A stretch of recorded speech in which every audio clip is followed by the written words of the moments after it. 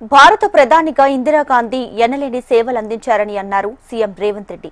బలహీన వర్గాలకు ఇందిరమ్మ పాలన సువర్ణ అధ్యాయమని సీఎం రేవంత్ పేర్కొన్నారు. ఇందిరాగాంధీ స్ఫూర్తితో రాష్ట్రంలో ప్రజాపాలన చేస్తున్నామని, మహిళలకు స్థానిక సంస్థల్లో ప్రాతినిధ్యం ఇస్తున్నామని సీఎం ప్రస్తావించారు. ఇందిరాగాంధీ పాలన దేశానికి దిక్సూచి అని సీఎం రేవంత్ కొనియాడారు.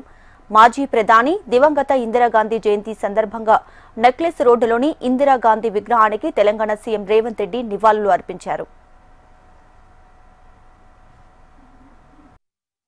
గాంధీ గారిని ఈ దేశ ప్రధానమంత్రిగా బాధ్యతలు స్వీకరించమని, వారు బాధ్యతలు స్వీకరించిన తర్వాత పరిపాలనలో వారు తీసుకొచ్చిన విప్లవాత్మకమైన మార్పులు ఈనాడు ఈ దేశంలో ముఖ్యంగా దళితులు, గిరిజనులు, బలహీన వర్గాలు, అట్టడుగు వర్గాలను ఈరోజు పాలితులుగా ఉన్న వాళ్ళను పాలకులుగా తయారు చేసి డాక్టర్ బాబాసాహెబ్ అంబేద్కర్ గారు ఏ కలలైతే కన్నరో ఈ రాజ్యాంగాన్ని మనకు అందించి ఆ కలలను సాకారం చేయడానికి చివరి శ్వాస వరకు, ఆఖరి రక్తపు బొట్టు వరకు శ్రీమతి ఇందిరాగాంధీ గారు మహిళలను, మహిళా సంఘాలలో ఉన్న సభ్యులను, కోటి మంది ఆడబిడ్డల్ని కోటీశ్వరులను చెయ్యాలన్న లక్ష్యంతో మన ప్రభుత్వం నిరంతరం ప్రయత్నం చేస్తుంది.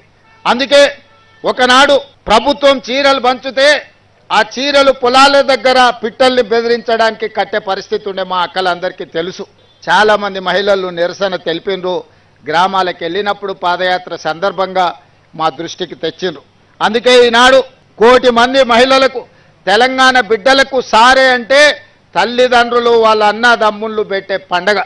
అది ఎంతో ఆత్మ గౌరవంతో ఉన్నది. ఈనాడు తెలంగాణ ప్రభుత్వం ఆడబిడ్డలకు సారె పెట్టే ఉద్దేశంతో ఇందిరమ్మ చీరల పంపిణీ కార్యక్రమాన్ని చేపట్టడం జరిగింది.